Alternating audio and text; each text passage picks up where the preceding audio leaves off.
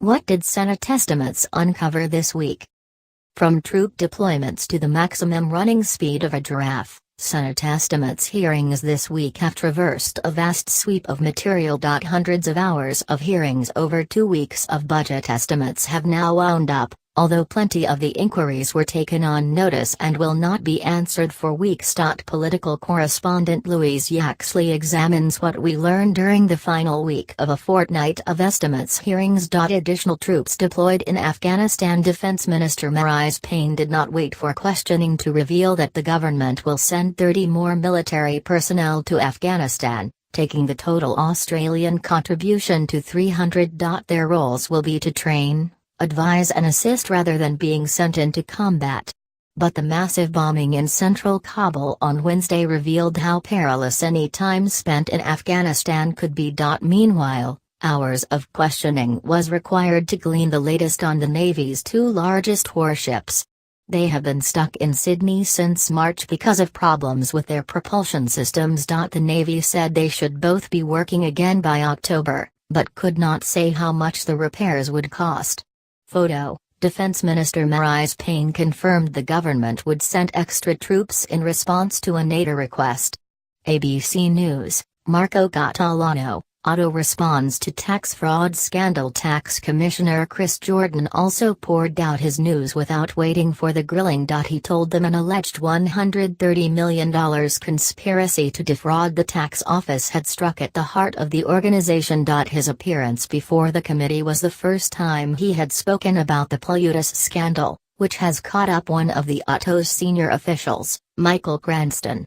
His son Adam has been charged with conspiracy to defraud the Commonwealth. Michael Cranston has been suspended without pay and summons to appear in court for abuse of public office.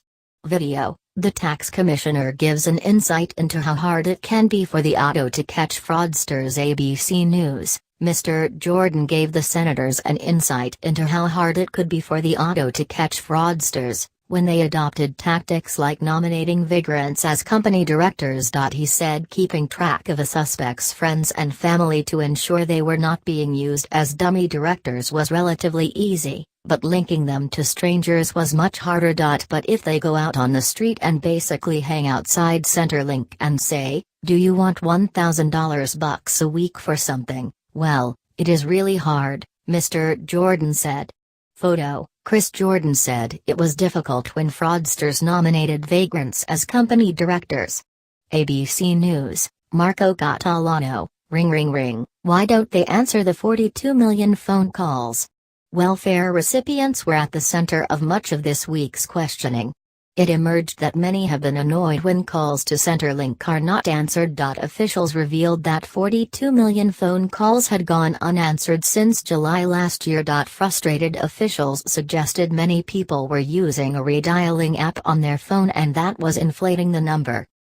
Audio: 42 million calls to Centrelink get a busy Signal AM.